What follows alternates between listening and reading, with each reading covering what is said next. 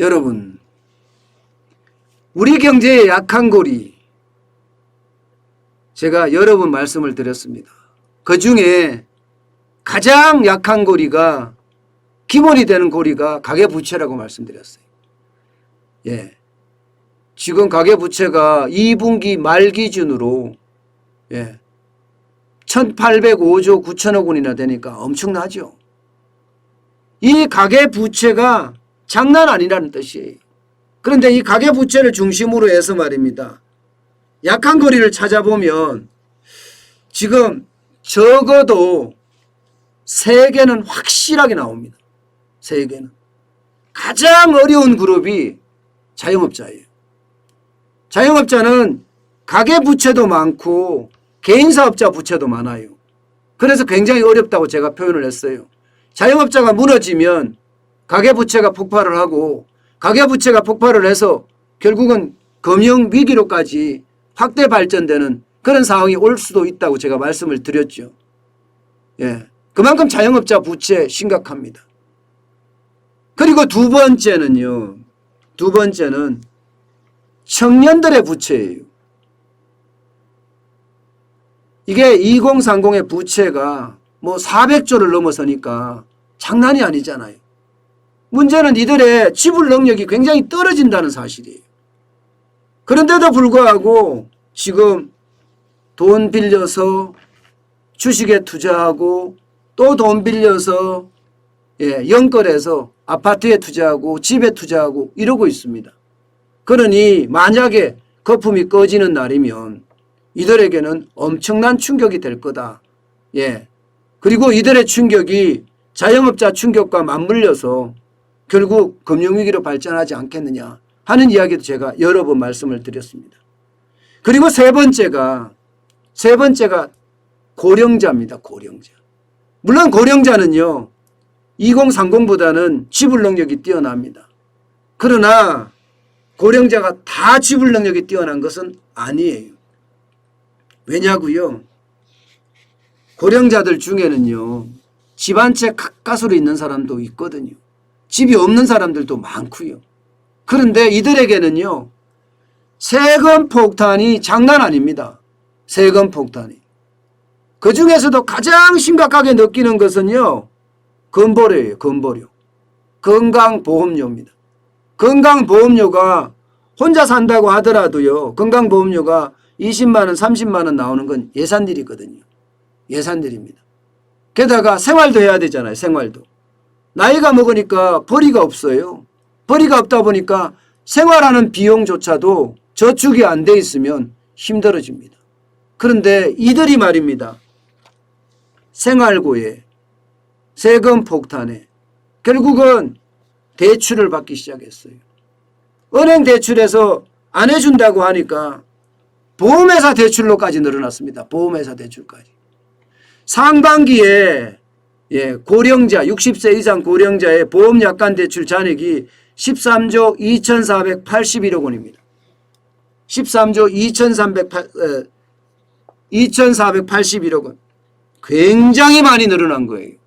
굉장히 많이 늘어난 거예요.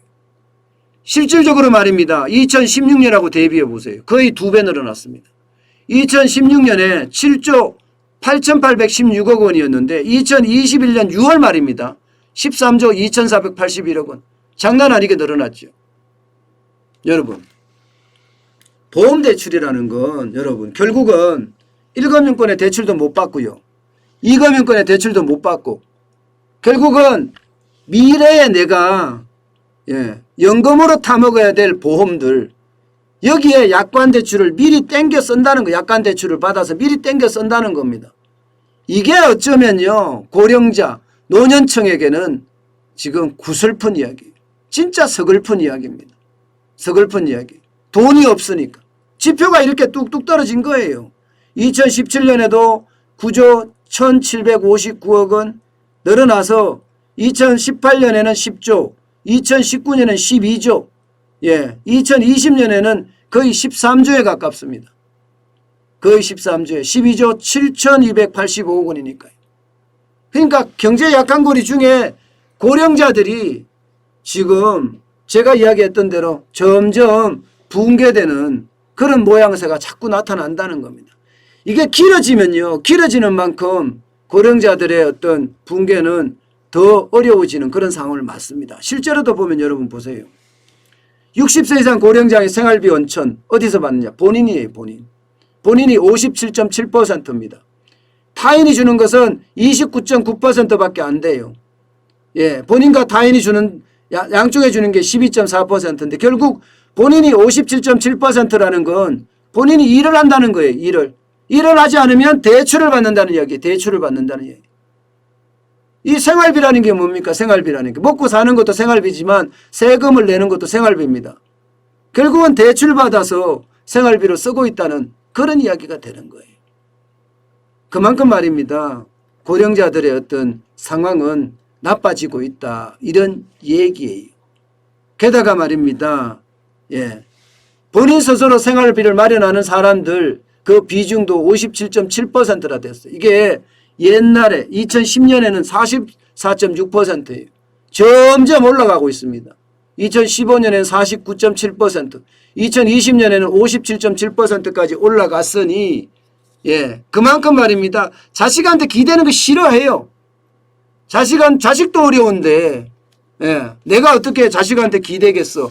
그런 생각을 하는 사람들이 굉장히 많다는 이야기입니다. 저는요 이런 걸 보면서 생각을 하기를 그래요. 이게 노인 알바라고 해서 한 달에 20만 원 30만 원 줄 것이 아니라 이들에게 일을 할 수 있게끔 만들어주는 거예요. 일을 할 수 있게끔. 제대로 된 일자리를 만들어주는 것. 청년들에게는 스타트업이나 벤처기업에 대한 어떤 예, 지원을 해준다면 이 고령자들에게는요. 예, 시니어 창업자금도 만들어줬어요. 이들 중에 잘할 수 있는 사람이 창업을 하고요. 또 시니어를 고용하게 되면 그에 대한 인센티브도 주고요. 정부가. 예, 그렇게 돼서 이들이 스스로 자생할 수 있게끔 만들어줘야 됩니다. 이제는 60이 넘었다고 해서 고령자가 아니에요. 100세 시대잖아요.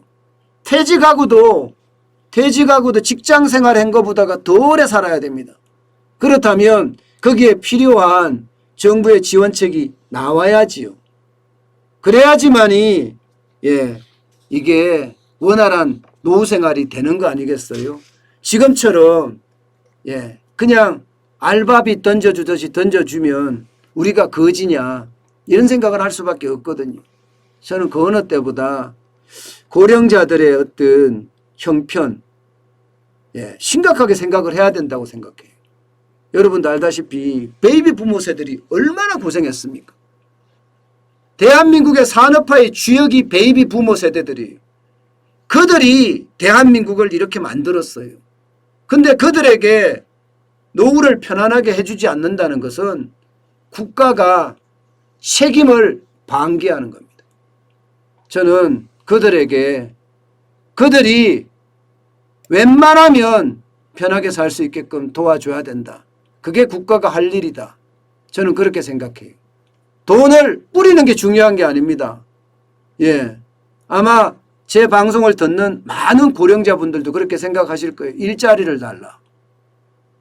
좋은 일자리든 나쁜 일자리든 예, 창피한 일자리 말고 일을 할 수 있는 일자리.